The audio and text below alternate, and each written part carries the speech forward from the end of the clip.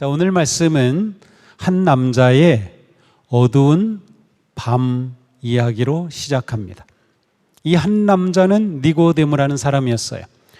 오늘 성경에 보니까 이 니고데모라고 하는 사람은 이스라엘의 아주 중요한 사람, 바리새인이었고 유대인 지도자였습니다. 지도자라고 하는 이 표현은 여기서 유대인의 우리로 치면 국회의원이었습니다. 그 당시 70명이었던 유대인 국회의원. 그러니까 이 사람 대단하죠. 종교적으로, 학문적으로, 정치적으로 정말 빼놓을 게 하나도 없는 하이 스펙을 갖춘 그러한 사람. 예, 한동안 유행했던 말처럼 갓생인 사람이 바로 이 니고데모라고 하는 사람이었어요. 자, 그런데 이 사람이 아무도 보지 않는 깊은 밤에 예수님을 찾아온 겁니다. 밤에 예수님을 찾아왔다. 이건 뭔가 좀 아주 특별한 것이죠. 왜 대낮에 당당하게 예수님 앞에 오지 않았을까요? 여러 가지 추측이 가능해요. 좀 부정적으로 보면 이 사람은 사회적으로 정치적으로 굉장히 높은 자리에 있었기 때문에 그 당시 예수님은 종교 지도자들로부터 아주 위험한 인물로 딱 낙인이 찍힌 분이거든요. 사람들을 선동하는 그러한 사람으로, 그래서 예수님하고 뭔가 만나고 한다는 것은 어쩌면 니고데모에게 정치적으로 굉장히 문제가 될 수도 있었을 것 같아요. 그래서 밤에 몰래 예수님을 만나러 온 것일 수도 있겠고요. 또 다시 본다면 이 사람은 바리새인이었어요. 또한 랍비였어요. 그렇다면 그 당시에 예수님과 좀 더 깊은 대화를 나누기 위해서는 대낮에 많은 사람들이 예수님 앞에 찾아오고 병자들이 오고 막 그렇게 북적북적 하는 데서는 예수님하고 깊은 대화를 나눌 수가 없어요. 뭔가 혼자 예수님과 독대할 수 있는 시간과 장소가 필요했죠. 아마 그래서 예수님을 찾아온 것일 수도 있어요. 실제로 그 당시에 바리새인들이 굉장히 뿌듯하게 생각하는 것은 우리는 깊은 밤에 아무것도 생각하지 않고 오직 토라, 하나님의 율법만 우리는 토론했어. 깊은 밤에 토라를 토론하는 것이 이 바리새인들에게는 아주 대단한 자부심이었어요. 그러니 깊은 밤에 그렇게 예수님을 찾아온 것일 수도 있어요. 또한 요한복음은 어떤 대조적인 개념, 이원론적인 그러한 이미지를 보여줘요. 특별히 여기 오늘 본문과 연결해서는 밤과 낮, 빛이라고 하는 이 대조적인 개념을 보여줍니다. 그래서 요한복음에서 밤이라고 할 때는 그것은 그냥 시간적으로 어두운 때를 말하는 것이 아니라 무엇인가 그 인생에 있어서 영혼의 어두운 시간을 의미하기도 해요. 제가 볼 때는 이 모든 것이 다 종합되어 있어요. 이 니고데모가 밤에 찾아온 것은, 니고데모는 자기 인생의 깊은 밤 가운데 있는 거죠. 그러한 그가 예수님을 찾아오려니 사람들이 보이는 눈길을 피해서 오고 싶었던 것이고요. 또한 예수님과 뭔가 인생의 큰 질문 앞에서 깊은 이야기를 하고 싶었던 거죠. 그러한 니고데모가 밤에 예수님을 찾아왔습니다. 그가 밤에 예수님을 찾아왔다. 굉장히 우리에게 지금 우리의 모습을 생각해 보면 뭔가 우리에게 도전하는 그러한 모습이에요. 우리의 밤은 어떤가요? 우리의 밤, 스마트폰 화면을 넘기면서 끝없이 무언가를 검색합니다. 온갖 정보를 찾고요. 재테크에 관해서 여러 가지 관심 있는 것들에 관해서 보게 됩니다. 또한 다른 사람의 화려한 SNS를 보게 됩니다. 또한 선동적인 정치, 담론의 이야기들을 봅니다.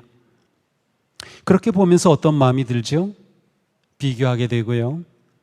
부러운 마음이 들기도 하고 분노가 일기도 합니다. 이러한 것은 실제로 우리의 영적 상태를 보여주기도 합니다. 우리의 내면의 실상을 밤이 보여주는 거죠. 우리의 영혼이 삶이 얼마나 세상의 깊은 어두운 밤 가운데 집중하고 있는지, 아니면 우리는 얼마나 이 세상을 살아오면서 우리의 마음의 창이 세상의 먼지로 가려져 있는지, 그래서 우리의 내면이 어두워지는 것이죠.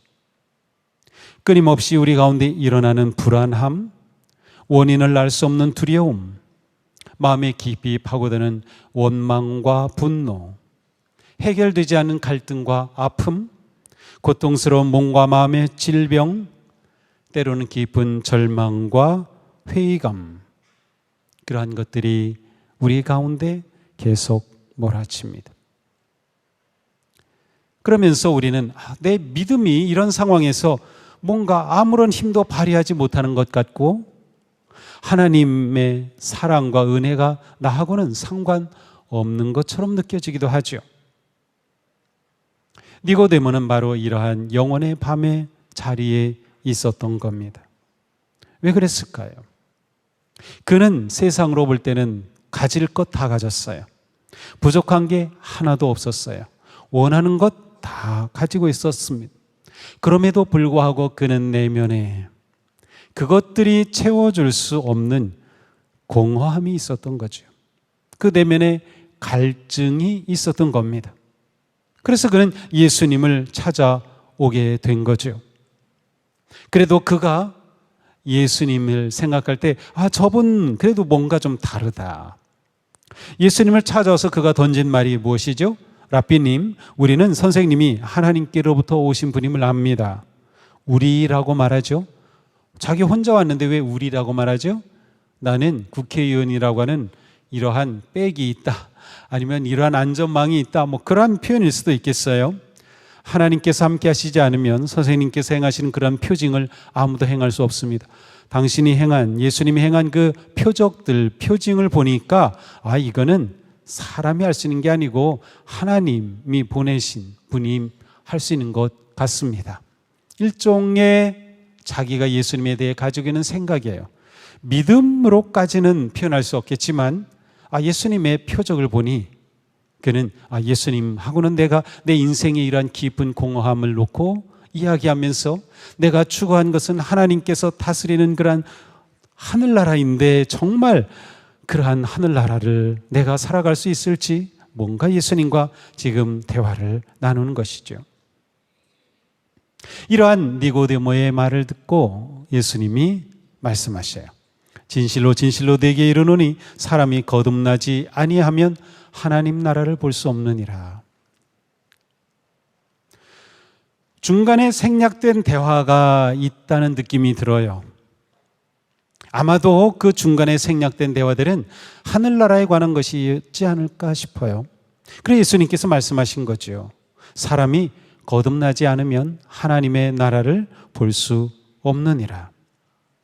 자, 사람이 거듭나지 않으면 하늘나라를 볼 수 없다. 거듭나야 한다라는 예수님의 말씀이에요. 이 거듭나야 한다라는 예수님의 말씀은 니고데모에겐 어떠한 의미인가 하면, 니고데모야, 너 대단한 사람이지, 너 그 엄청난 노력을 했지, 내 혈통도 엄청나, 너 권력 대단해, 너의 종교심 많은 사람들이 다 존경하지, 너의 지식 성취 대단해. 그런데 그거로는 하나님 나라에 들어갈 수 없어. 거듭나지 않고서는 넌 하나님 나라에 못 들어가 라고 하는 니고데모에게 던진 예수님의 폭탄 선언이에요. 하늘나라에는 들어가야겠는데, 그렇다면 거듭나야 되겠는데, 자기가 뭔가 답을 찾기 위해 찾아온 예수님이 던진 그 말씀, 거듭나야 한다, 그 말씀이 자기에겐 이게 불가능해 보이는 것입니다.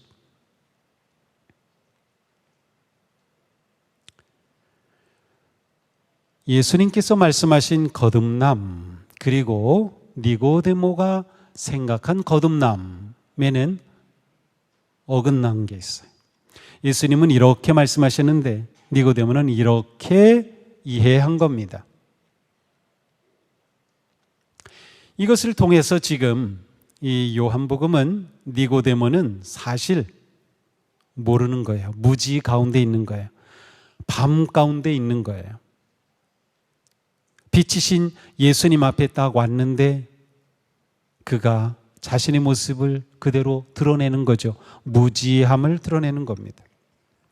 그러면 예수님이 말씀하신 다시 태어난다라는 것은 무슨 뜻일까? 이것은 그리스 말로 아노센이라는 단어인데, 이 아노센은 위로부터, 하늘로부터라는 뜻이에요.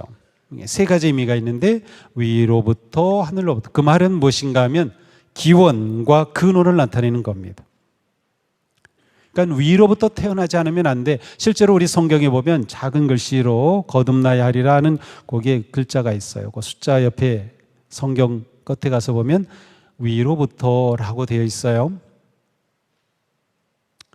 또한 거듭나야 한다라는 이 단어가 가지고 있는 또 다른 의미는 처음부터라는 뜻이에요. 태초부터. 이거는 좀 시간적 의미죠. 위로부터는 공간적 의미이고 시간적으로는 태초부터예요. 세 번째 의미는 다시, 두 번째 거듭해서라는 의미입니다. 자, 예수님께서는 앞에 두 가지 의미로 말씀하셨어요. 거듭나야 한다. 위로부터 태어나야 한다. 근본적으로 태어나야 한다. 그런데 니고데모는 이 말씀을 시간적으로 다시 반복해서 태어나는 것으로 이해를 한 겁니다. 그러니 이미 내가 태어나는데 다시 반복해서 태어나려면 어머니 뱃속에 어떻게 들어갔다 나옵니까? 불가능한 것이죠. 바로 이 지점에서 니고데모가 내적 공허감을 느낄 수밖에 없는 그의 삶의 모습을 보여주는 거예요. 그는 세상에 돌아가는 삶, 하늘나라를 추구하는 삶, 모든 것들을 이 수준에서 생각하고 이해하고 있어요. 이것이 그의 세상의 지식이었고 그가 가지고 있었던 지위의 한계였습니다.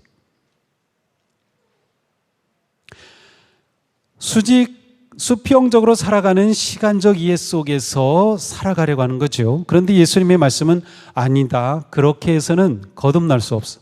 생명을 얻을 수 없어. 천국에 갈 수 없어. 위로부터 나야 돼 라고 말씀하신 겁니다. 자, 완전히 이해가 다른 점을 우리가 보면서 계속 봐야 돼요. 자, 예수님이 말씀하신 태어남, 이것은 하늘의 사건입니다.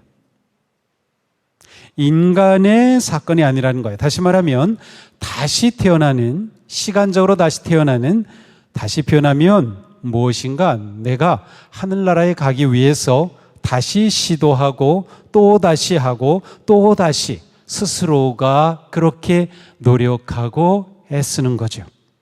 그렇게 해서는 하늘나라에 들어갈 수 없다.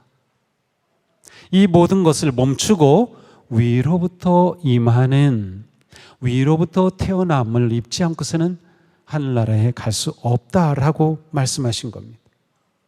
자, 인간의 모든 노력을 말하는 거예요. 니고데모가 율법을 지키고 모든 것을 행하는 그런 그의 행위, 그가 노력한 모든 것, 그 모든 것으로는 좀 나아질지는 몰라요. 그런데 궁극적으로 새로운 탄생이 불가능한 거예요. 위로부터 나지 않고서는 그에게 하늘나라가 열릴 수 없는 것이지요. 위로부터 태어남은 다시 시도하고 다시 시도하는 인간의 모든 노력과 율법의 가능성이 사라진 그곳에서 시작되는 하나님의 절대적 주권의 역사입니다. 생물학적 생명, 우리의 목숨이 영적 생명, 영생으로 탄생하는 본질적 변화는 위로부터 가능함을 보여주시는 거예요. 위로부터를 니고데모처럼 다시로 생각하게 되면 어떻게 됩니까? 이 니고데모의 방식은 내가 다시 노력하고 애씀으로 점점 좋아지는 거예요. 그렇게 해서 어떻게 됐다는 거? 하늘나라에 이르겠다는 것이에요. 그는 그런 삶을 추구해 온 겁니다. 율법을 잘 지킴으로 그는 하늘나라에 이룰 것으로 생각했던 것이죠. 하늘나라를 얻기 위해서 더 열심히 일하고 더 잘하고 더 노력하고 다시 하고 반복하고 시도하고 다시 태어나려고 노력했던 것이 바로 니고데모의 방식이었어요. 그러나 여기에는 진정한 태어남은 없습니다. 개선은 있겠지요. 좀 더 좋아지는 점은 있겠지만 근본적 표현하는 불가능한 것이에요. 우리의 삶이 여기에서 갇혀 있는 겁니다. 무엇이에요? 우리는 내 자신의 상처와 아픔과 실패와 절망의 과거를 붙잡고 개선해 보려고 애쓰는 거죠.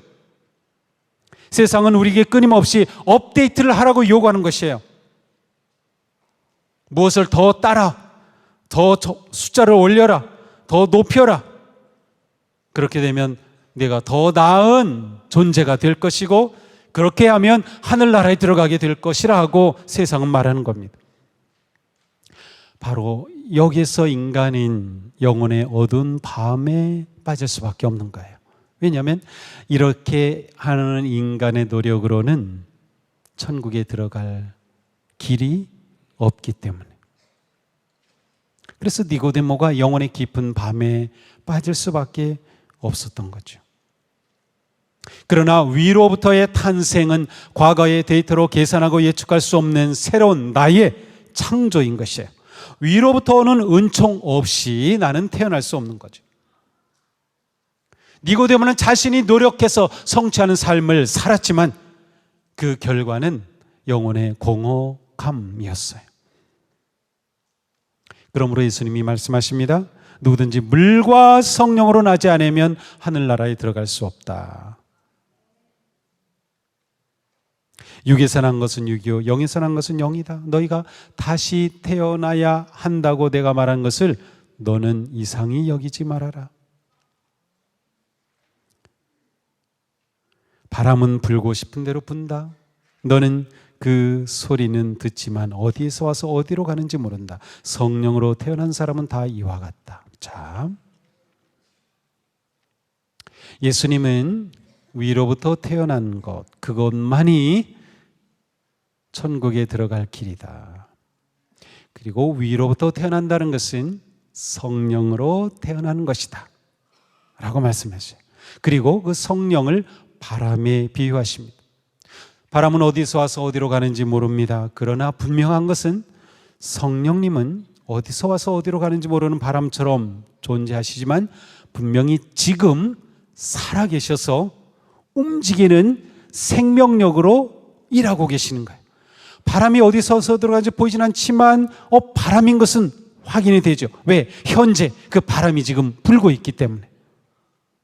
성령님이 바로 그러한 것이에요. 성령님은 살아계시고 내 안에 움직이는 생명력이 되시는 거예요.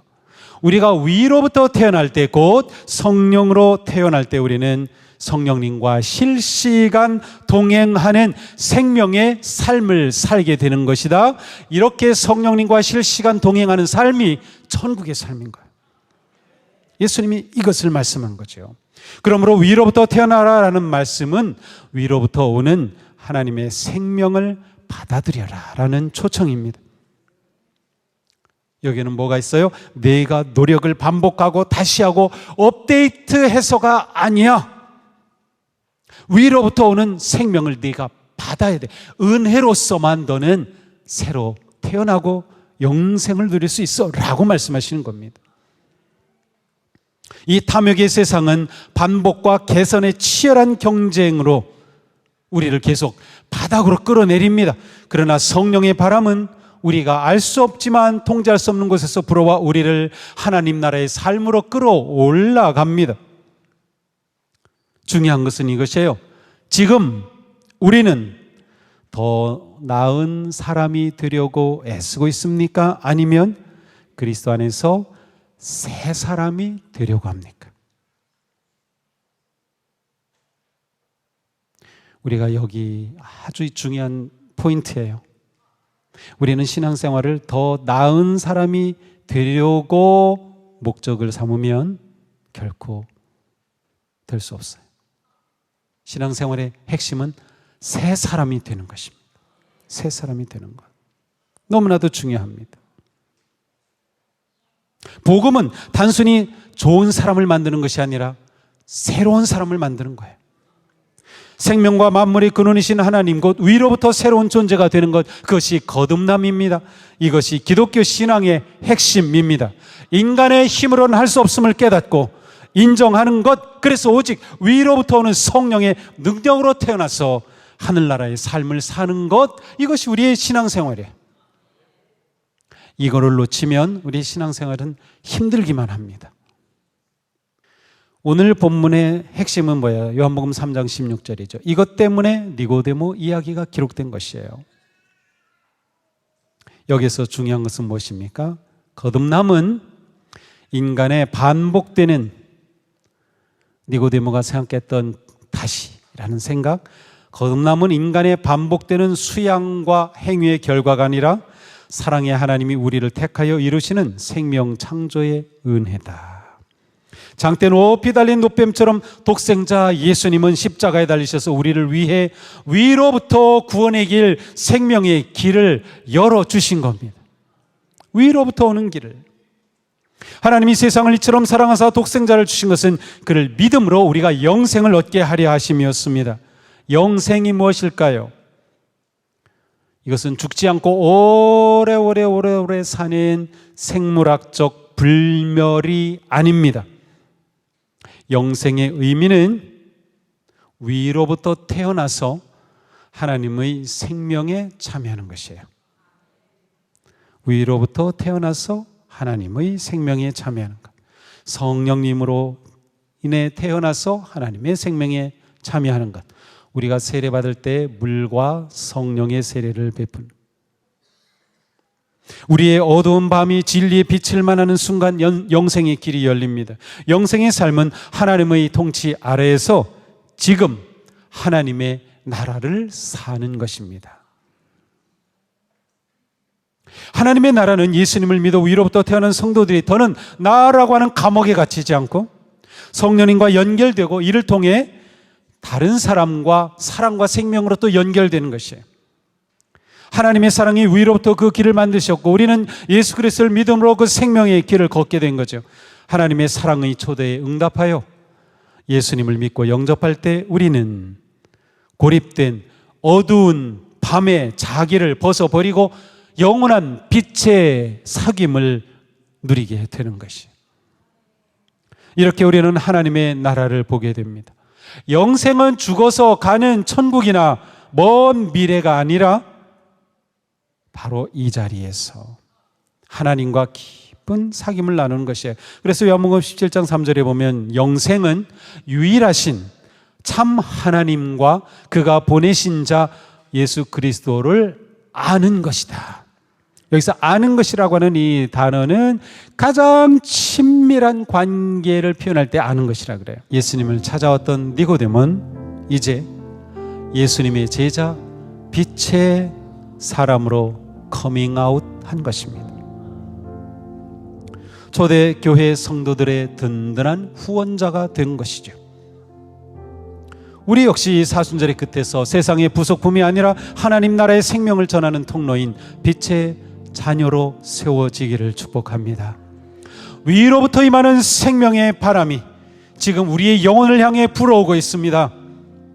그 부르심에 믿음으로 응답하십시오. 위를 들어 그리스도의 십자가를 바라보십시오. 하나님은 우리를 사랑하고 계십니다. 하나님은 우리를 구원하시고 우리를 통해 이 메마른 세상에 생명을 넣으시기를 원하십니다. 지금 우리는 하나님의 사랑이 위로부터 베푸시는 그 영생의 삶을 살고 있습니까?